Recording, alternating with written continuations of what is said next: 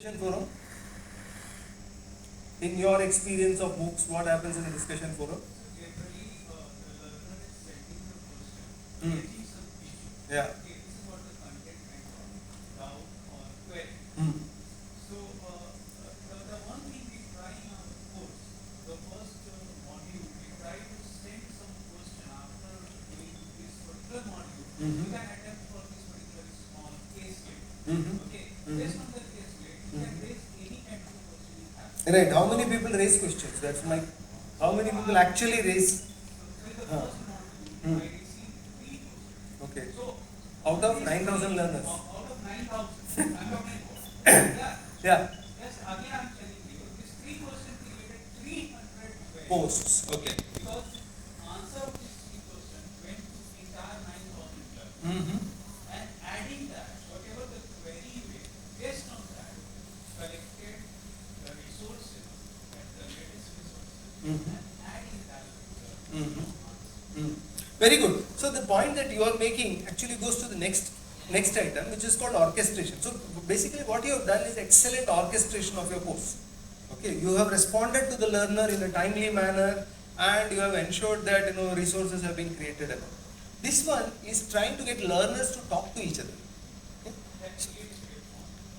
Yeah. Even if we are not seeing the Right. So what happens is that typically, at least when we were doing this before the LCM model, the only queries that would come on the discussion forum is what's the deadline?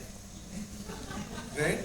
What's the deadline for this? What's the deadline for that? When is the exam? Is this going to come in the exam? Do we have to practice? All administrative questions. Okay, no content related question would come. But then you need that. You need a discussion to go. So now what to do? So you say in a discussion forum, you say that, okay, so why don't I do it with this?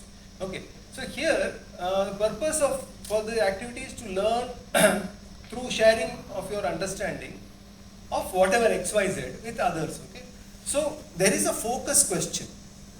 Okay, so if it is a case, for example, you post the case and you put a focus question. You don't just say what is your opinion of this. You give a very focused question, right?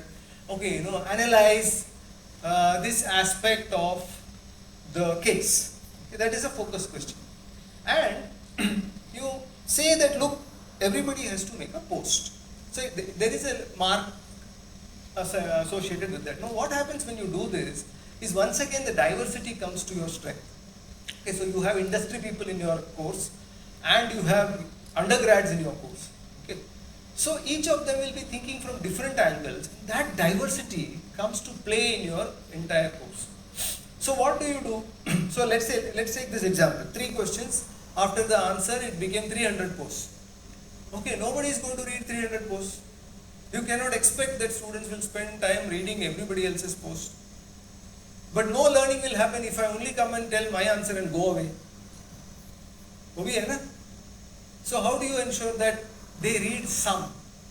So what you do is, you say that look, you have to read 3.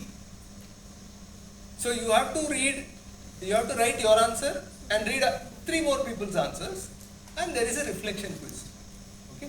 So the reflection quiz is a very standard template that you can use, saying that look, out of the 3 answers that you read, which was the one that appealed to you and why? Okay, so I may say that I like that industry guy's answer because it brought a lot of practical perspective into it. Which means I read that answer. That's all you need to ensure as a teacher. Is that making sense? So this idea, again this is nothing but a discussion forum with a small twist that you are giving the focus question and you are giving the reflection quiz before and after it. Okay. It's 3:30, so I'll kind of wrap up now.